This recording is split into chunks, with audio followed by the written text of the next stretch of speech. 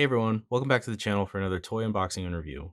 Since we're only days away from the new Doctor Strange movie, I thought I would take a look at the somewhat newish Doctor Strange Multiverse of Madness action figures by Hasbro. As you can see, we have the full Build-A-Figure wave. 5 of these figures are in the MCU, meaning they will be in the film. These are Doctor Strange, Wong, American Chavez, Mordo, Astral Strange, and then 2 of them are going to be comic book characters that are not yet in the MCU, and that is Despair and Sleepwalker. Now, the Build-A-Figure is Rintrah, which we will assemble and review at the end, and I'll leave timestamps, so if you want to skip to a specific figure, you can. But let's not waste any more time. Let's just get right down to business. Obviously, you know we have to start this one off with the main Magic Man himself, Benedict Cumberbatch's Doctor Strange. Taking a closer look at the box. Now, all the boxes are pretty much designed the same way. The front has a large window displaying the figure in its clamshell, and the name of the figure is underneath it. Both sides of the box have a large portrait of the character, and then the back has that same character image, but it also includes a short passage of information next to it. The back also shows a close-up of each figure from the wave and what the Build-A-Figure looks like fully completed. So let's pull everything out of the box and just take a closer look at all the goodies. Now, when it comes to accessories for Marvel Legend figures, usually Hasbro is pretty skimpy with what they provide, but that's to be expected with mass-produced, inexpensive toys.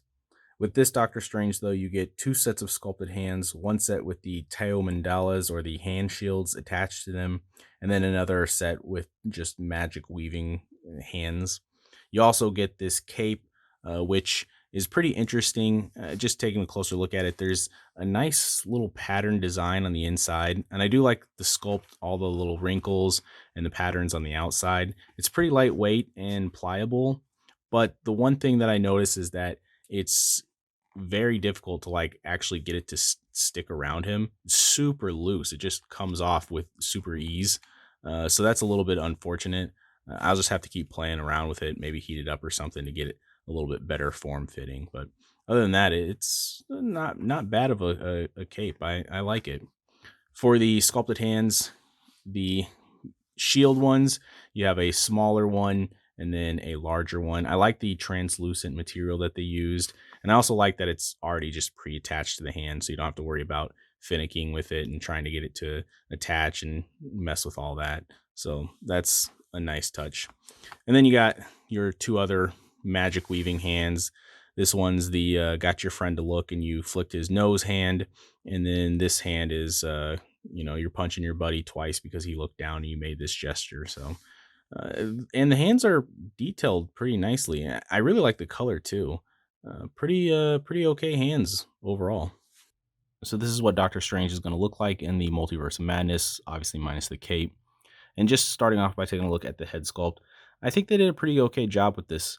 Is it the best? No, I think the No Way Home head sculpt was still a little bit better. But I mean, overall, you can definitely see the likeness. I think the paint application was pretty good, minus a little bit of gray missing on the side of his hair. But the sculpt's pretty good. You got some wrinkles, you got some good shading. I think it's sufficient. Now, when it comes to the outfit's pretty interesting. I do like the color scheme. I like the different blues, the darker blues, the little red outline. The sculpting of the folds and wrinkles and the sleeves look good. I like the detail on the belt, the little sling ring right there. The boots look good. The uh, end of the robe could have been a little bit better. They could have cut it so there could be a little bit more mobility. But overall, the outfit looks good. Minus the Eye of Agamotto, I don't know. It just looks goofy to me. It looks like someone rolled up a booger and just attached it to his chest.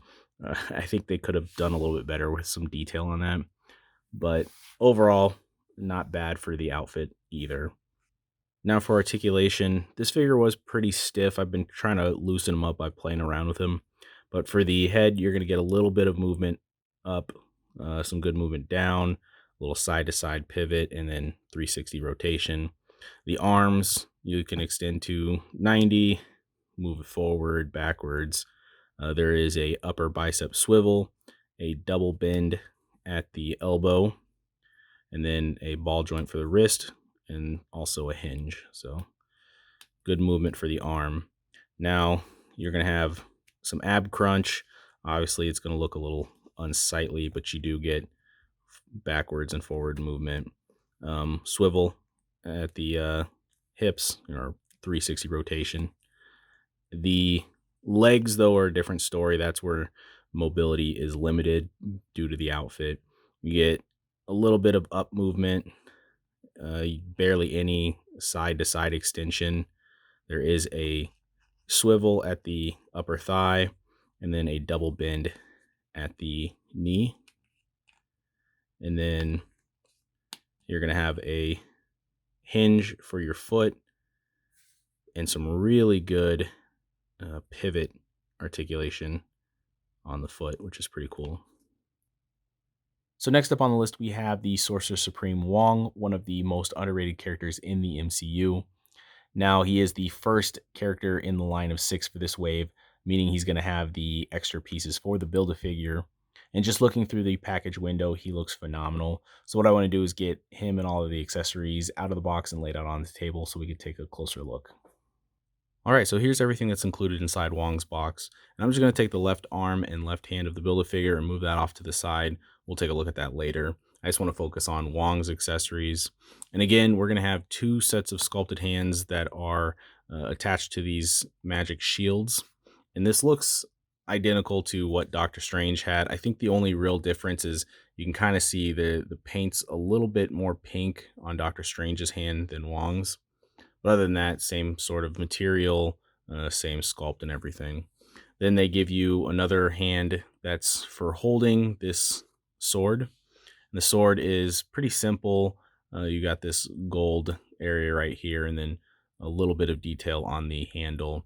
Kind of reminds me of a Power Ranger sword, but that's pretty much it for the accessories for Wong. Now, taking a look at the figure, I think they did a really good job with this. I especially love the outfit. I love all the different colors that they used and the details on it. I like the wraps around both of the arms. And I like that they added some like layers to this outfit. And for the head sculpt, you can definitely see this looks like the actor Benedict Wong. Honestly, I think they really nailed it with this figure. Now, when it comes to articulation for this figure, it's pretty much exactly like Doctor Strange. Starting off the head sculpt, you get some movement up, down, a little side to side, some rotation, a 90-degree extension for the arm, can move forward, back. There's a swivel at the upper bicep, double bend at the elbow, and then a ball joint and a hinge for the wrist. You get some rotation up here. And then the legs, again, are going to be limited by the outfit, but a little bit better than Doctor Strange. You get some movement forward, a little bit backwards. Again, there's actually only a 90-degree bend for these knees. And then a hinge for the foot with some good pivot. Moving on to American Chavez, a newer, younger MCU character. I'm interested to see what her role is going to be in the new Multiverse of Madness movie. She looks like she's going to be an interesting character, but let's get her out of the box and take a look at everything she comes with. So here's everything that's included in the box. And again, we'll just remove this Build-A-Figure piece. And that just leaves us with a pair of sculpted hands. These outstretched hands that have some pretty good sculpting to it, but that's all we're really getting for the accessories for her. Now let's just take a closer look at this figure, starting off with the head sculpt. Now, I'm not sure how much it resembles the actress. I haven't seen a lot of the set photos, but in terms of just a figure head sculpt, it looks pretty good. I like the way it's sculpted, the way it's painted, I like how the hair flows. Ultimately, it's not a bad head sculpt at all. When it comes to the outfit, I'm really digging this jacket. I love it. I think that they nailed it with the jacket. The red, white, and blue looks good. I like all the little details that they added to it. The pants are pretty basic, and then you have some cool tennis shoes, and I like the little socks that they added. There's a couple other details with the necklace and the belt, but overall, not a bad outfit, not a bad head sculpt. Now, where this figure falls short, I think, is the articulation. With any long-haired figure, you're obviously going to be limited in the head. You still get a little bit of movement down, side to side, rotation. For the arms, you get a 90-degree extension. You can move forward, backwards, but there is no swivel at the upper bicep and only a 90-degree bend at the elbow. You do get a ball joint for the wrist with a hinge. For the torso, not really any ab crunch, forward, back, a little bit of side to side. You do have rotation up here in the middle of the chest area, no rotation at the hips. For the legs, you will get a 90-degree extension and you can move them forward 90, but you're not going to get any movement backwards because of the way it's designed. There is a swivel at the upper thigh and a double bend at the knee, and then the foot is on a hinge with some pretty good pivot. But that's all the articulation you get for this figure. Now, for the fourth figure in the collection, or third in the Build-A-Figure wave, we have Master Mordo, good guy turned bad. I'm really interested to see the role he's going to play in the movie. I wonder if they'll have some sort of a redemption arc, or if he'll just stay bad. But either way, let's get him out of the box and take a closer look at everything he comes with. Here are all the accessories that are included in Mordo's package. Now we'll just take the left arm and hand and remove that so we can focus on his accessories. And we'll start off by taking a look at the Staff of Living Tribunal. We saw this staff in the first Doctor Strange. This is the one where he can take it and spread it so it becomes like a whip, or, a quarter staff.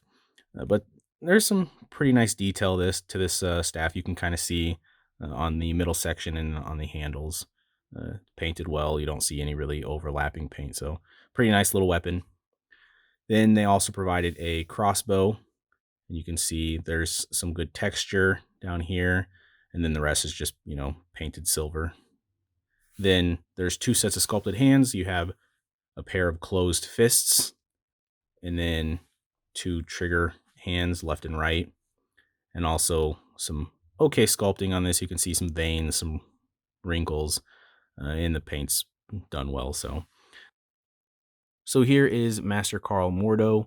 We last saw him in the first Doctor Strange movie, where they pretty much set him up to be the main bad guy for the second one. But now with the whole multiverse and all the different trailers, who knows what's going to go on with that madness? Who knows if he's even going to be playing a crucial part in that movie? I guess we'll find out. But his hair is longer. That's one of the first obvious things you'll notice from the first movie. When it comes to the head sculpt, though, you can definitely see the resemblance to the actor. His name's like Chiwetel Ejiofor or something complicated like that. But you can see, I think they did a pretty good job with the paint and the sculpt. There's a couple like black marks on the top of his head, and that's actually supposed to be like the scars I think he has in the movie. I don't know if it translated that well onto this head sculpt, but I like the hair. The hair flows well. It looks pretty okay. And the outfit's pretty cool. Now, it's not as colorful as Wong's outfit, but it's still layered pretty well. And there's a lot of good detail in here. Then you have a little bit of detail and sculpting with the folds for the legs and then the boots. Now, when it comes to articulation, again, he's going to be a little limited with the head because of the hair, but you get some side to side, a little bit down, tiny bit up. For the arms, 90-degree extension. Again, no swivel at the upper bicep and only a 90-degree bend at the elbow. And this baby is stiff. Okay, there we go. And then ball joint for the wrist on a hinge as well. You get a little bit of forward and backwards, but not much. And then some 360 rotation if you want. And then for the legs can come out a little bit farther than with Wong or Doctor Strange's outfit. A little bit to the side as well. You have a double bend at the knee, and then a hinge with pretty good pivot for the foot. Oh, and I forgot, he does have some swivel at the upper thigh.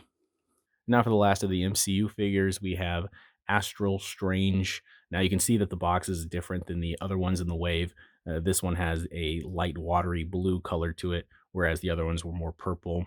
Now the figure itself, I believe there was another Astral Strange with the No Way Home wave, and I think they're pretty similar, though this one's a little bit different colored. But there's some interesting accessories, so let's get everything out of the box and take a closer look at this figure. Here are all the items that are included with Astral Strange. Of course, we're going to remove the head and focus on his accessories. Starting off with this lamp or genie lamp. Now, I think it's a little weird. I wish it would have been a little bit more golden and less like caramel candy looking. I'm assuming this is going to have some sort of importance in the movie, but kind of a weird accessory to add, I feel. I don't know. And then you have this Eye of Agamotto, and it's more of like an astral necklace around it. But some better detail on this than the one that's actually on Doctor Strange's robes. And then you have two holding hands. I'm assuming that's to hold either the Eye of Agamotto or the genie lamp, but uh, they're decent sculpted hands. Obviously, the color is in line with what the figure looks like, but that's what you get for the accessories for Astral Strange. Now, when it comes to articulation, for the head, you're not getting really that much movement. You get some down, a little side to side in 360 rotation. For the arms, they're going to extend about 90 degrees. There is a swivel at the upper bicep and a double bend at the elbow. And then you have a ball joint with some hinge for the wrist, though it is limited by the sleeve. So you're not going to get a bunch of movement right there. For the waist, you get some rotation, 360, a little bit of ab crunch, some pivot.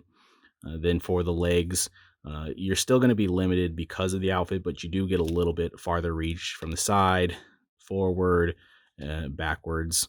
There's a swivel at the upper thigh and a double bend at the knee, and then a swivel at the boot, a hinge for the ankle, and then some pivot, which is nice. So, not the worst articulation, not the best articulation, kind of in the middle. All right, on to our next figure, a non MCU character. Now, this is Despair, a comic book villain. We're going to pull him out of the box and see what all he comes with. Looks pretty interesting. So, here are the accessories that are included with Despair. We'll move the Build a Figure piece out of the way and take a closer look at his items. Starting off with this cape. Now, I'm absolutely loving this cape. I think it looks super sick, especially the little shredded holes that run around the outside or the edges of this cape. I like the texture on the inside. It's lightweight, pretty foldable, movable. You can see there are some blemishes where some of the black paint leaks through, but overall, this is a pretty cool looking cape.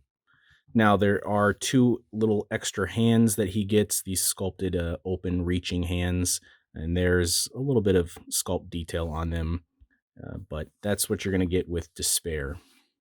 Now, taking a closer look at the Despair figure, and I think this is the either Sunfire or maybe the Spider-Man 2099 mold for the body, and it's just a black mold plain with only a little bit of detail with the white arms and hands, and then the head sculpt. And the face looks absolutely amazing. I really love the way they sculpted, especially the mouth. That looks cool. You got the red eyes. There's a little bit of black that bleeds through on some of the wrinkles, but I think that just kind of adds to how the character looks. So pretty cool. And then you got these like flame, kind of looks like flame effects for the arms. Other than that, just a simple black body. Now, when it comes to mobility, this has a lot of mobility. The head can go down pretty good, up really far. The arms, you're going to get about a 90-degree extension or close to it. There's also a butterfly joint right up here, which is pretty cool. A swivel at the upper bicep, a double bend at the elbow, and a ball joint for your wrist with a hinge. Then you're going to get some good ab crunch and back, some rotation at the hips, and then you get some pretty good movement with the legs, forward, a little bit back, swivel at the upper thigh, double bend at the knee, a swivel at the calf, and then a hinge for your foot with some good pivot. Now, I will say the one thing I noticed is that the body doesn't feel like hard plastic. It feels really loose, really soft and gummy, very stretchable. I don't know how that's going to play into effect when you're trying to pose it, but it is something that I noticed, something to be aware of. So, excluding the Build a Figure, this is the last figure in the wave. We are looking at Marvel's Sleepwalker, another comic book character. He looks really cool. I'm excited to see what he's all about. So, let's get him out of the box and take a look at everything he comes with. So, here's everything you get with Sleepwalker. And obviously, without the leg, it's just these set of sculpted hands, a pair of purple relaxed hands. Now, this figure looks super sick. I love the way they designed it. It's a simple body, but I mean, they added so many details like the wraps around the leg, the green arm, the cape looks awesome with the shredded holes down at the bottom. I mean, this is a pretty cool looking figure. And that head sculpt, that face just looks so menacing. Kind of reminds me of like a secret alien assassin. And in terms of mobility, I mean, you're going to get a decent amount down, a little bit up, and some rotation, 360 rotation. For the arms, you get a 90-degree extension, swivel at the upper bicep, and a 90-degree, or sorry, a double bend at the elbow. And then ball joint for the wrist on a hinge. You get some good ab crunch, forward, back, rotation at the waist, then 90-degree extension for the leg, forward, a little bit back. There's a swivel at the upper thigh, double bend at the knee, swivel at the calf, and then your foot's on a hinge with some pretty good pivot. So pretty good mobility. I will say, just like the Despair figure, this one has some very movable limbs. It's not like hard, but softer. So again, that's kind of unfortunate. But overall, this is a phenomenal figure. All right, I've summoned all 5 pieces of Rintrah, so let's finally put them together. Snapping all the pieces into place. Maybe. Hopefully. That's a tight fit. All right. Hopefully I got the legs on the right side, the left on the left, the right on the right. And then finally for the head.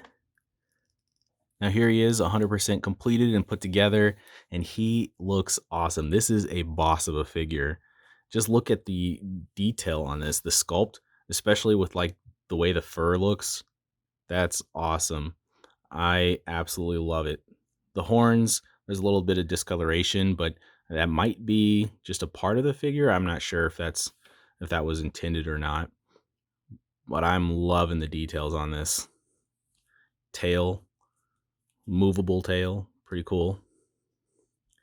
Now for mobility, you're going to have some movement down in the head, a little bit up, side to side rotation, a little bit of pivot.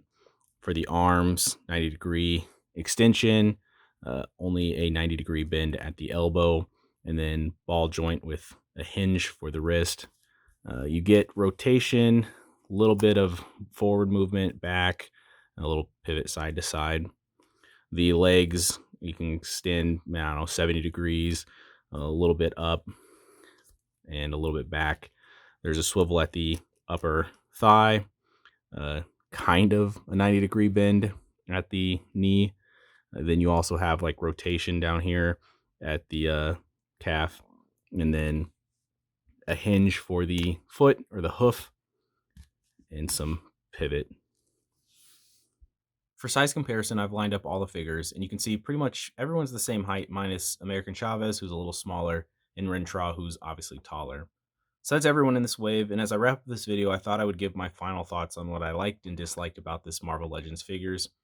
Just going one by one, starting off with Doctor Strange. Now for Strange, I like the accessories he comes with and how the outfit looks, but the outfit is also annoying due to the limited mobility. Also, it's so frustrating trying to attach his cape to his body. The cape is just too big around the neck, it has nothing to clip onto, so it just easily falls off. Strange, in my opinion, is one of the weaker characters in this lineup. Moving on to Wong. Now, I love Wong's outfit and the accessories he comes with. Really, the only complaint I have, again, is the limited mobility with the legs due to the design of the outfit. Wong, though, is definitely a top contender in this wave. Next, let's discuss American Chavez. Her figure was somewhat disappointing because of how little articulation they gave her. I liked her outfit, and with it being so simple, she should have been the most articulated figure of the bunch, and it's a shame Hasbro denied her of figure greatness. Another solid figure is Master Mordo. His figure also has an amazing outfit and sculpt, as well as a handful of accessories. Articulation could have been a little bit better, but overall, he's still a stud. Next, there's Astral Strange. Though his sculpted outfit doesn't look as cool as Doctor Strange's, it is designed better, which means Astral Strange has more mobility. This figure also comes with some good accessories and had a decent sculpt. Astral Strange for me is a decent figure. Next, we have Despair. I really like his head sculpt and cape. He looks super cool and he has amazing articulation. What is a bummer for me is how rubbery his body feels. If I had to rate him, he would be somewhere in the middle of this pack. Next is Sleepwalker. And in my opinion, this is the coolest looking character in the wave. I really like the outfit and sculpting, and it also has top tier articulation. Again, the only negative is the softness of the plastic, especially in the legs. I'm not sure why they have two figures in this wave that have this issue. It's pretty unfortunate. Last but not least, there's the Build-A-Figure Rintrah. I was pleasantly surprised with how awesome the figure was. The sculpt is really cool, articulation is above average, and the paint application is pretty strong. There's not much to dislike about this guy. I did struggle a little bit getting him to stand, but other than that, he's a phenomenal figure. So that is my detailed review of each figure in the Multiverse of Madness Marvel Legend Wave. If you're looking at getting one or all of these figures, hopefully this video helped you in your decision making. I had a lot of fun with this video. Keep a lookout for more videos in the near future, and like always, thank you for watching, stay safe, and I'll see you on the next one.